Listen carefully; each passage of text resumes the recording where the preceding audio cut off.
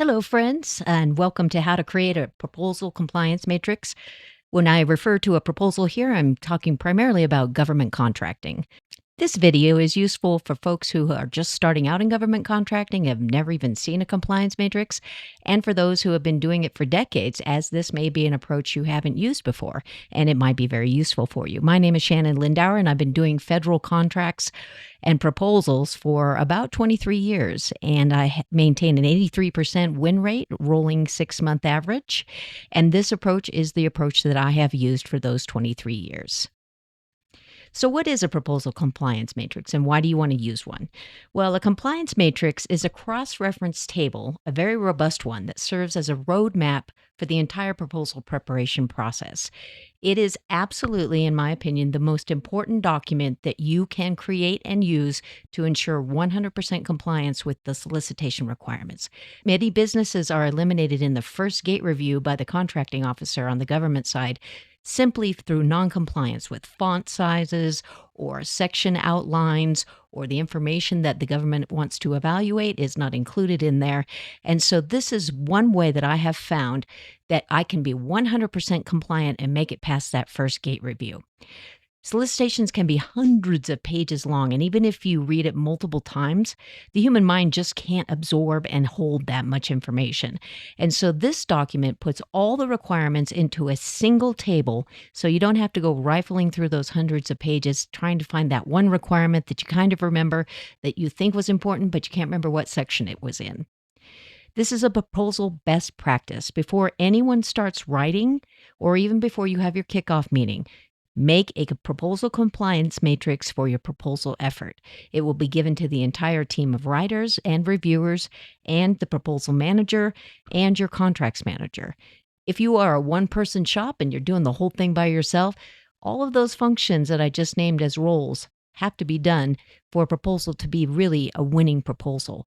So the compliance matrix is going to help you do all of those roles.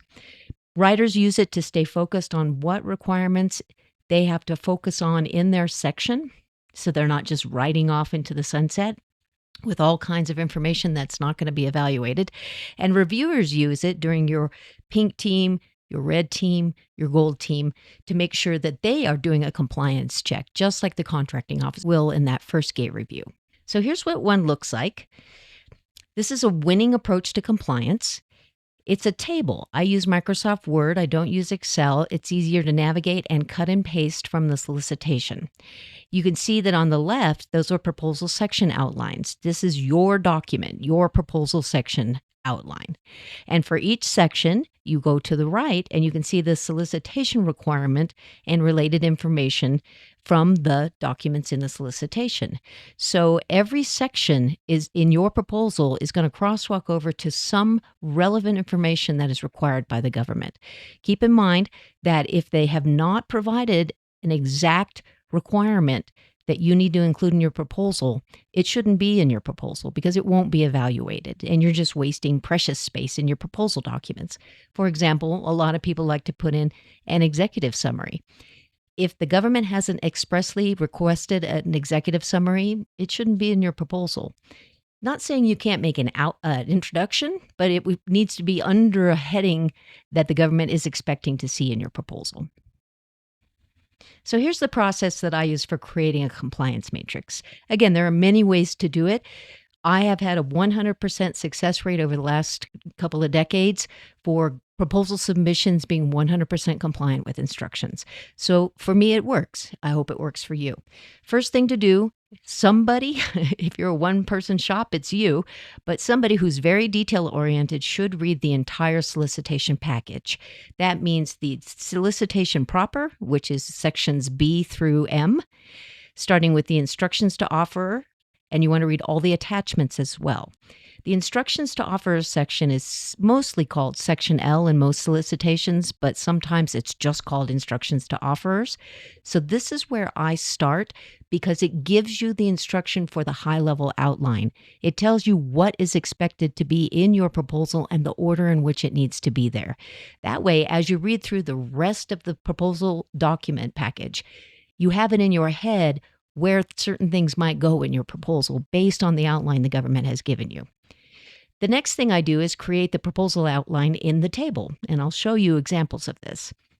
Use the outline the solicitation in section L or instructions to offerers give you, and then you move on and massage these headlines, these outline headings, and the subsections that go in there down to level 3 and 4 in your proposal matrix. Your outline should be very detailed.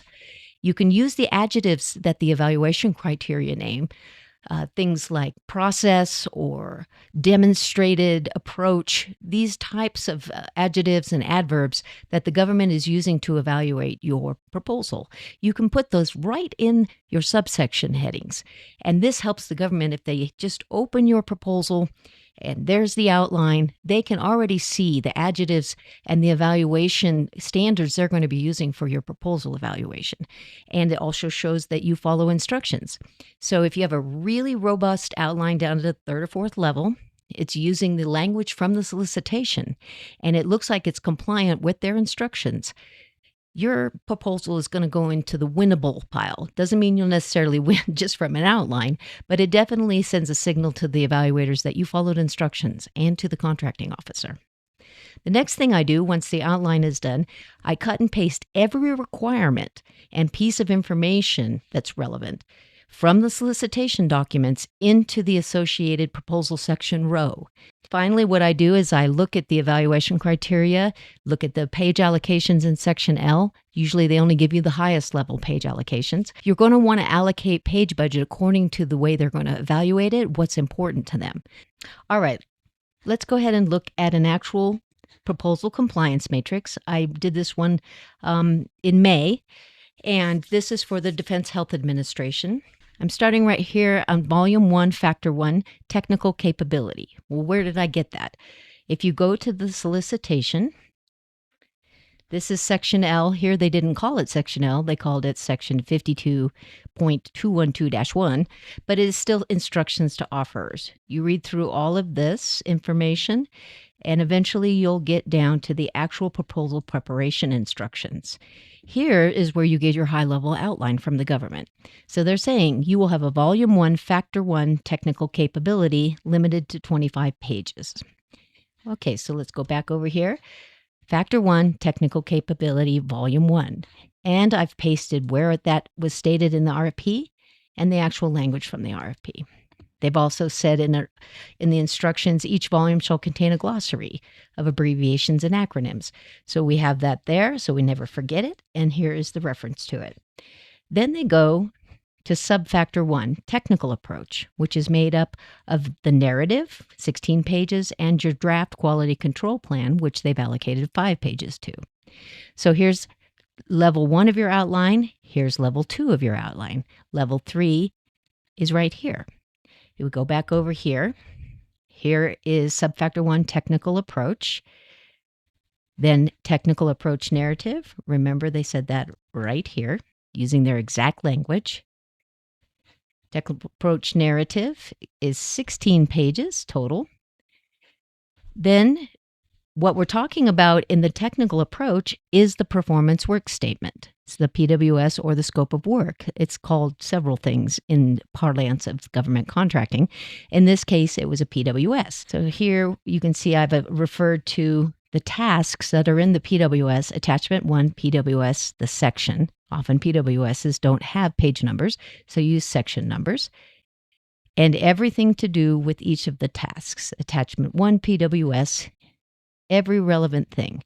Now, what did I call this section? When we got down to the Level 3 outline, the government just provided technical approach narrative. See? Technical approach narrative. They didn't say anything about the tasks, but they have said down here, Subfactor 1, technical approach narrative, the offerer shall describe its approach to perform the following 4 technical requirements. So we know we have to address these 4 requirements. So these will be Level 3 outline, and they will be named like this, but I'm going to show you a little bit of my secret sauce when it comes to pleasing evaluators. These are the names of the tasks, which I've put here. Here's the first task, development of new campaign content. So why did I put methodology, work plan, and rationale for lifecycle management of campaign content? Okay. After we get done with section L, you have your initial outline in place. You're going to go down to the evaluation criteria, and you're going to massage these section headings with the language from the evaluation criteria, how they're evaluating it. So they say here in their evaluation process, Factor 1, technical capability. Subfactor 1, technical approach. Okay, check. This is where their language is. The proposal demonstrates a clear understanding. Okay, first of all, let's go back up here to understanding. We gave a section understanding, or you could even say clear understanding of the requirements and objectives. Clear understanding of the customer requirements and objectives. So you're helping the evaluators see that you're going to address exactly what they're looking for. Then the next thing it says is a convincing methodology, work plan, and rationale for lifecycle management of the campaign content, development of new campaign content. Let's go ahead and go back to here. Demonstrate in sufficient detail a convincing methodology, work plan, and rationale. So we have methodology, work plan, and rationale for that task 512. And then you cut and paste everything relevant to that work set. Now, there may be standards in other sections of the solicitation, like in the quality assurance plan, which may be an attachment. Give page budget to the things that are important in the evaluation criteria. Make sure you don't make the mistake of just writing the most to the thing that you find most interesting, which I have seen. So that is how you create a compliance matrix using my methodology. It does take a while. It's not an easy document to create. It takes a lot of concentration, and you do have to read the solicitation document and synthesize it into the proposal outline. But if you do this, you don't have to rifle back through the solicitation document again during your proposal process. It's all right here. As you get amendments and things change, what I do is I update the proposal compliance matrix with the new requirement or information. I redline out the old information and put in the new information either in a red font so people know that it's updated, or highlighted in yellow.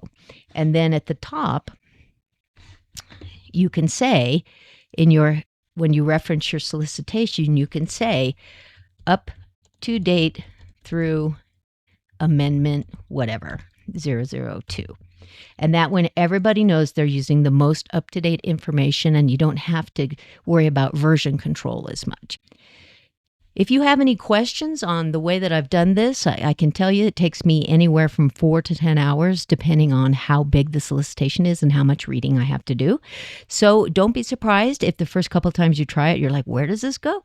Go ahead and give me a call, or you can email me. I'm more than glad to help you out. Just reach out to me and I'll answer the question if I can. Thanks, and don't forget to subscribe for more valuable tips on how to win federal contracts.